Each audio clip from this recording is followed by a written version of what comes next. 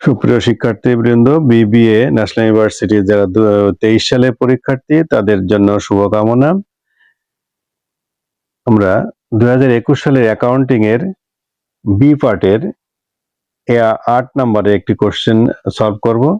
এখানে বলা আছে, কোশ্চেনটি এরকম: find the variance from the following data. অর্থাৎ এখান থেকে ভেরিয়েন্স বের করতে হবে। ভেরিয়েন্সের ক্ষেত্রে এখানে সেলস দেয়া আছে এবং নাম্বার অফ কোম্পানিজ দেয়া আছে। সেলস দেয়া আছে less than 10, less than 20, less than 30, less than 40, less than 50 দেয়া আছে।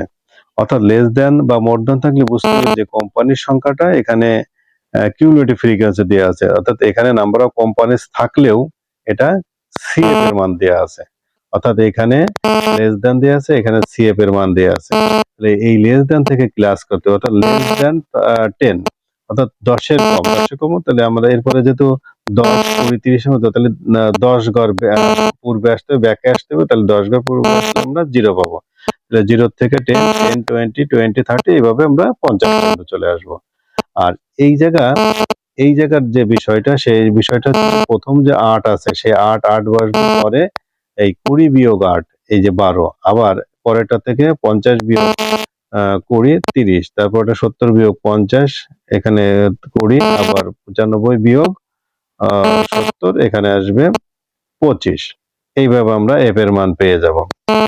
এখন কোশ্চেনটা ছিল যে ভেরিয়েন্স বের করা।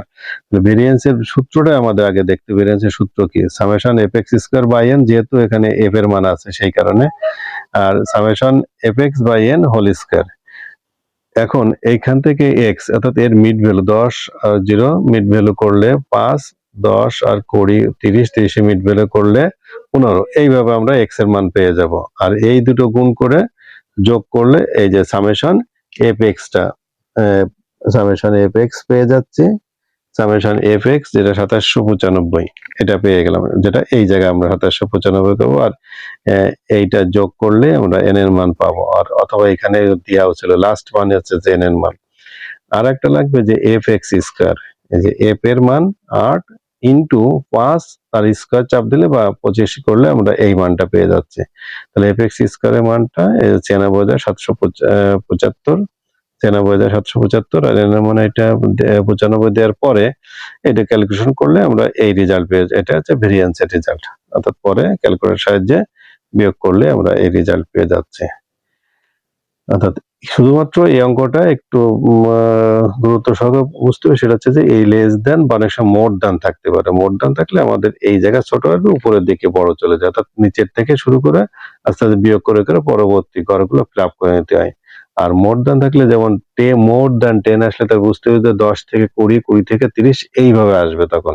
আর লেস দেন হলে এই 0 থেকে 10 এই সিস্টেম আসে। অর্থাৎ নিচের থেকে উপরে, আর মোর থাকলে নিচের থেকে আমরা মানে নিচেরটা দেওয়া আছে উপরে যাচ্ছে। আর লেস দেন থাকলে আমাদের উপরেরটা দেওয়া আছে, নিচেরটা বামেরটা, অর্থাৎ লোয়ার লিমিটটা আমাদের ঠিক করে নিতে হবে। একটু ঘুরাই দিলে ওটার জন্য সেইভাবে করতে পারো। একটু বুঝে সুন্দর করে বুঝে নিলে হয়ে যাবে। ধন্যবাদ সবাইকে।